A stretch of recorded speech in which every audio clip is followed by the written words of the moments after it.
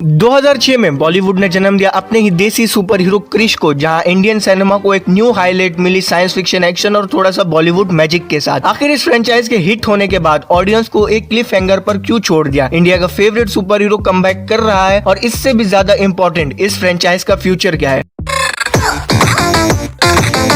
Krrish franchise की शुरुआत कोई मिल गया से होती है, जहां हमें रोहित मेहरा नाम के एक लड़के की इनोसेंट सा कनेक्शन दिखाया गया है एक एलियन जादू के साथ, जो जाते जाते अपनी पावर्स का कुछ हिस्सा रोहित को दे जाता है, जिसकी वजह से रोहित की मेंटल हेल्थ ठीक होने लगती है और यही पावर्स उसके डीएनए के अंदर मिल जाने की वजह से जो उसका फ्यूचर में बेटा पैदा होता है कृष्णा, मतलब अपना क्रिश, उसको ये पावर्स जो है सुपर पावर्स के नतीजे में मिलती है, जैसे सुपर स्ट्रेंथ और सुपर स्पीड। क्रिश 3 के अंदर हमें इसकी पावर्स को और भी बढ़ा के दिखाया गया था, जैसे फ्लाइट, टेलीकाइनेसिस जैसी पावर्स ने इसका देखने का मजा डबल कर दिया था। मूवीज के अंदर वीएफएक्स भी कमाल का था, जिसकी वजह से इंडियन ऑडियंस को एक न्यू जॉनरा मिला देखने के लिए। अगर हम इस फ्रेंचाइज के बॉक्स ऑफिस कलेक्शन के ऊपर भी बात करें तो क्रिश 3 को जितना भी क्रिटिसाइज किया जाता है इसके कॉपीड विलन प्लॉट की वजह से, लेकिन एंड आते आते जो ऑडियंस को कुछ नया देखने के लिए मिलता है, ऑडियंस उस सब को भूल जाती है जो हमें शुरू में दिखाया गया था। क्रिश 3 ने बॉक्स ऑफिस के ऊपर 300 करोड़ का वर्ल्ड वाइड कलेक्शन किया, जो दिखाता है कि ऑडियंस का प्यार इस फ्रेंचाइज के लिए कितना है। भले ही आपने कुछ शुरू में कॉपीड दिखाया, बट एंड आते आते अपना कुछ नया एस्टेब्लिश करके गए, अपने फ्यूचर का कुछ दिखा के गए कि भैया ये शुरुआत थी, आगे आगे देखो होता है क्या। जहां आज हॉलीवुड डोमिनेट कर रहा है सुपर हीरो जॉनरा में, एवेंजर्स, स्पाइडरमैन, बैटमैन, सुपरमैन, और इनका इंडियन ऑडियंस के अंदर भी काफी बज़ है, लेकिन बॉलीवुड के पास सिर्फ क्रिश है जिसको ऑडियंस ने एक्सेप्ट किया और अपनी एक लार्जर देन लाइफ फ्रेंचाइज को सेटअप करने दिया। अ देसी super hero with Hollywood level super powers with good story line and a villain जो ग्लोबली स्टैंड कर सके। जहां बीच में काफी मूवीज आई जैसे अ फ्लाइंग जट, भावेश जोशी, मर्द को दर्द नहीं होता, रावण जैसी मूवीज को भी ऑडियंस से उतना प्यार नहीं मिल पाया है जितना ऑडियंस ने क्रिश को दिया। हम इनके ऊपर भी आगे नियर फ्यूचर बात करेंगे। मैंने रावण के ऊपर बात की है, आप ऊपर लिंक ऊपर फ्लैश आउट हो रही है, आप उसको चेकआउट कर सकते हैं। अगर आप इस सीरीज की और एपिसोड मिस नहीं करना चाहते तो नीचे चैनल को सब्सक्राइब करो। Back to the point, Krrish 3 जैसी भी हो ऑडियंस को पसंद आई और आज भी क्रिश के बारे में ऑडियंस जो है डिमांड कर रही है। लेकिन इंडियन ऑडियंस की बात करें तो आज भी क्रिश के बारे में एक डिमांड चल रही है, क्रिश 4 मूवी लाई जाए, और ये बताता है कि how much Indian audience is waiting for it. Good news तो हमें काफी टाइम पहले ही मिल गई थी, जहां राकेश रोशन ने इसके ऊपर बात करते हुए कंफर्म किया कि वो क्रिश 4 के ऊपर काम कर रहे हैं, और इन्होंने और भी चीजें बताई कि एक मार्क सेट करेगी क्रिश 4 इस फ्रेंचाइज के लिए with complex story line, cutting and engaging special effect और रिटर्न ऑफ जादू। जादू का कमबैक होने जा रहा है, the alien who started everything. ये तो पक्का है कि मौसम खराब होने वाला है। लेकिन क्रिश 3 के बाद सुपर हीरो फिल्म जो है काफी इन्वॉल्व हो चुकी है। ऑडियंस अब complex characters, top notch CGI, VFX और एक ग्रिपिंग स्टोरी लाइन की डिमांड करती है, और क्रिश 4 को इन सब के साथ कम्पिटेट करना होगा। राकेश रोशन और ऋतिक दोनों ही इस चीज से अवेयर होंगे। प्रोबेबली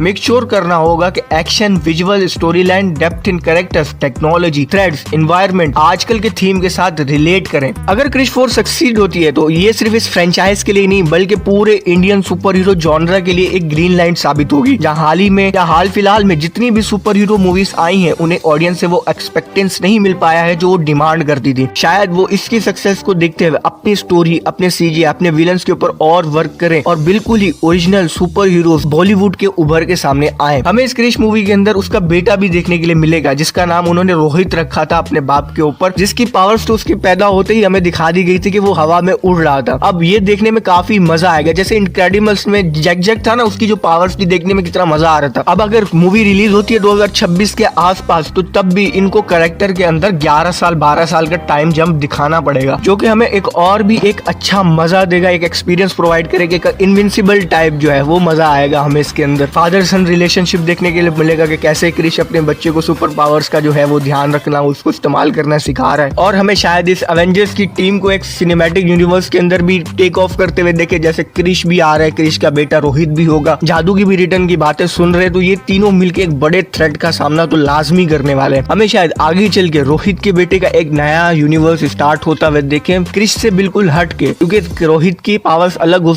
दिखा सकते हैं क्रिश से। तो हमें ये देखने में काफी मजा आएगा कि रोहित रोहित की स्टोरी कहाँ टेक प्लेस करती है और जादू की कहाँ टेक प्लेस करती है और क्रिश का फ्यूचर कहाँ है, ये हमें इस मूवी के अंदर देखना पड़ेगा। और राकेश रोशन को ये ध्यान रखना पड़ेगा कि आप इन तीनों को कैरेक्टर्स को जस्टिस दें और ऑडियंस भी ये देखने में जरूर एक्साइटेड होगी कि आखिर इन तीनों की स्टोरी कहाँ जाके टेक प्लेस करती है और कहाँ जाके पॉइंट करती है। अगर तुम लोगों ने मेरी दूसरी वीडियोस जैसे मैंने अभी रावण के ऊपर भी बात की थी उसको नहीं चेकआउट किया तो उसको भी तुम लोग जरूर ऊपर चेकआउट करना है, इधर एंड स्क्रीन के ऊपर दिख रही होगी। मिलता हूँ ऐसे किसी नेक्स्ट वीडियो में, बाय।